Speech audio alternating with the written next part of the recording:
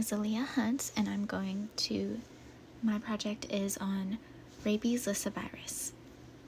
Okay, so what is lyssavirus rabies? Lyssavirus rabies, also known as the rabies virus, is an acute infection of the central nervous system that has 5 general stages that are recognized in humans. These include the incubation period, where the virus enters the body, usually from like a bite from an animal, and it travels slowly towards the brain. The next one is the prodrome or prodromal stage. This is when the virus reaches the spinal cord and brain, and that's when you start to feel symptoms. The next stage is called the acute neurological period, or acute neurologic period, where the infection spreads throughout the central nervous system and the brain and stuff. Next is coma. As the rabies virus marinates in your brain, you fall into a coma, and that lasts a few days until you die. So, what are characteristics of lyssavirus rabies? Lyssavirus rabies takes the shape of a rod/bullet, as you can see in the picture on the side. The genetic material within a rabies virus is RNA. Some viruses have DNA, but this one has RNA. They are single-stranded, negative-sensed, and unsegmented, meaning they contain one continuous strand of RNA within the virus. Rabies viruses are enveloped by a lipid bilayer covered in spikes made of transmembrane glycoprotein. Now, how does lyssavirus rabies multiply? According to Ruprecht, the viral RNA uncoats in the cytoplasm of infected cells, and the genome is transcribed by a virion-associated RNA-dependent RNA polymerase. Viral RNA is then translated into individual proteins. Replication then occurs with synthesis of positive-stranded RNA templates for the production of progeny negative-stranded RNA. So that's a lot. That was a lot to take in. So I provided a picture that explains it a lot well. So first, it starts with adsorption. I think that's how you say it. This is where the virus attaches to specific receptors on the surface of the host cell. And then there is number 2, penetration, where the virus enters the host cell.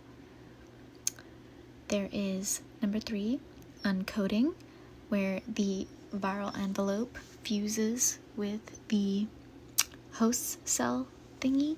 And then number 4, you have transcription, where the viral RNA-dependent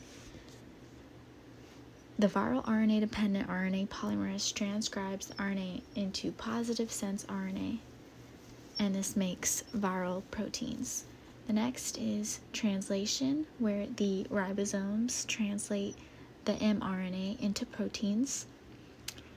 The next one is processing, where the newly made proteins are processed.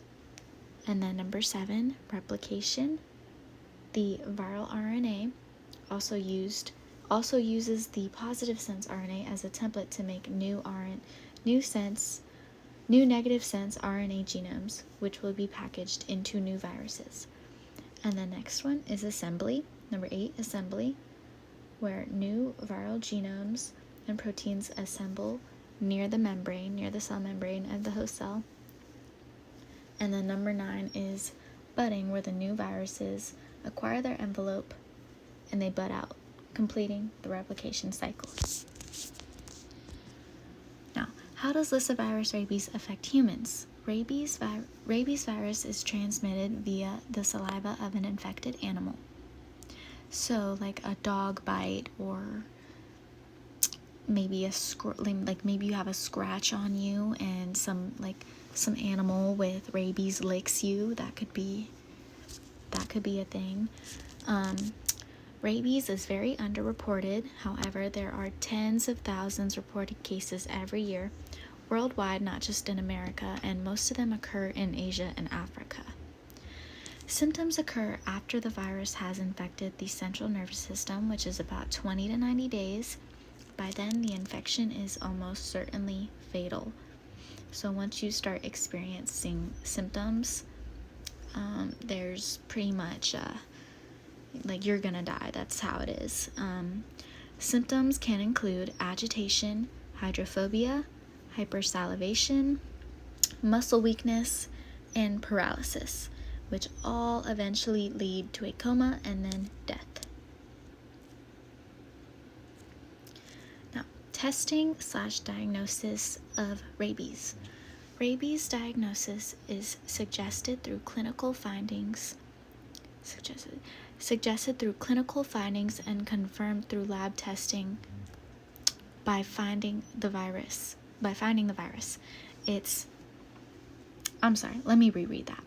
Rabies diagnosis is suggested through clinical findings and confirmed through lab testing by finding the virus, its RNA, antigens, or antibodies in the body. Several samples will be taken, such as saliva, to see if there's a culture of the virus. They will perform skin biopsies to see if there's antigens, and they will even collect blood for antibodies. In the earlier stages, rabies can mimic other diseases, such as tetanus, cerebral malaria, rickettsial disease, typhoid, and many more. And the fact that rabies can look like so many things early on other than rabies, like the things I just listed, makes it a little harder to diagnose without a history of animal bites. Now moving on to cures/treatments. Treatment for rabies is mainly focused on alleviating symptoms.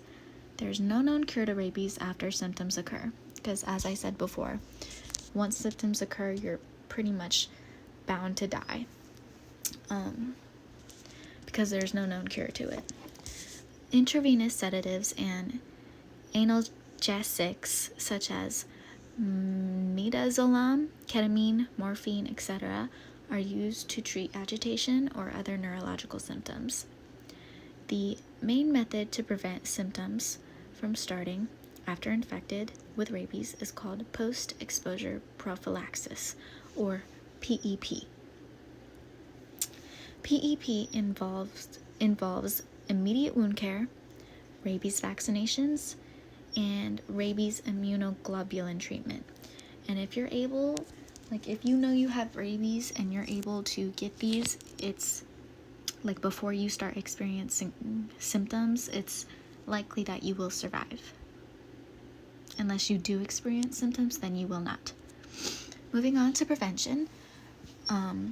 Good ways to prevent the spread of rabies or the acquiring of rabies could be responsible dog ownership and ensuring that your dogs are vaccinated for rabies. If you are touched or licked by an animal with rabies on skin, if an animal licks your skin or touches your skin and your skin is intact, there's no brokenness or anything, then it's a good idea to swab over your skin with alcohol to make sure that there is no broken skin. Because when you swab your skin with alcohol, if there's a cut, you're going to feel it. You're going to feel a sting. So if an animal scratches you, breaks skin, it's a good idea to do that. Another way to prevent is having proper education on rabies and PEP. Some socioeconomic impact of rabies: high healthcare costs due to the need of PEP, loss of life, especially and mostly in poor regions, limited access to treatment due to an area having low income, loss of productivity due to death. And here are my resources. Thank you.